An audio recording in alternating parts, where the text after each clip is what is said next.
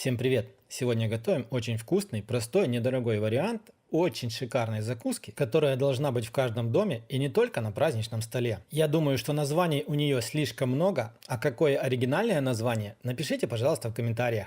Для приготовления нашей закуски нам понадобится багет, или же его можно будет заменить батоном, но тогда ваши бутерброды будут в 2 раза больше. Нарезаем ломтики толщиной примерно сантиметр-полтора, не толще. Ну и после того, как вы понарезали все ломтики, их нужно будет превратить в греночки, любым удобным для вас способом. Я обжаривал на сковороде с небольшим количеством подсолнечного масла. Пока греночки еще теплые, берем зубчик чеснока, соль и с каждой стороны каждую греночку нужно вот так вот хорошо натереть чесноком. Затем отставляем их в сторонку, пускай они хорошо пропитаются чесноком. Дальше, друзья, нам понадобится 1 банка шпрот. Нужно будет их переложить в тарелочку и слить полностью все масло. Затем берем каждую шпротину и вот таким вот образом разрезаем примерно пополам. Хвостики отставляем в сторонку, они нам пригодятся немножко позже. А большую часть отправляем в глубокую тарелку. Берем вилку и полностью все шпроты, которые в глубокой тарелке, нужно очень хорошо размять. Так сказать, превратить их в фарш. Далее в эту же тарелку к размятым шпротам нам нужно будет натереть на мелкой терке 3 отваренных куриных яйца вкрутую.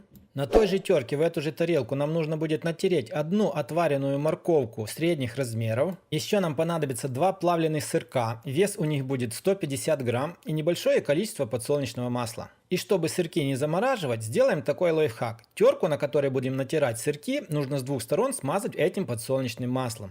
Ну и вот посмотрите, сырки натираются легко, ничего нигде не прилипает, а самое главное, их не нужно замораживать. Далее в эту тарелку нам нужно будет пропустить через чесночный пресс примерно 2-3 зубчика чеснока. Затем все, что есть в тарелке, нужно будет посолить и поперчить. Соль и перец, как всегда, добавляйте по своему вкусу. Еще в эту тарелку можно добавить для контраста небольшой пучок зелени. И в самом конце в тарелку нужно добавить примерно 1,5-2 столовые ложки майонеза. Берем ложку или вилку и очень хорошо все перемешиваем. Ну и после того, как вы все хорошо перемешаете, уже получается очень вкусный салат, который можно подавать как отдельное блюдо. Но у нас сегодня не салат. Берем ложку и стараемся очень хорошо намазать наши греночки с чесноком. Сколько намазывать вот этой намазки на бутерброд, решать только вам. Я уверен, чем больше намажете, тем вкуснее будут ваши бутерброды. Но и переборщить тоже в этом случае не нужно. Ну и после того, как вы намазали бутерброды, нам остается их только украсить. Как вы будете украшать, это все зависит только от вашей фантазии. Я же вспомнил про зелень, которая у меня была в холодильнике.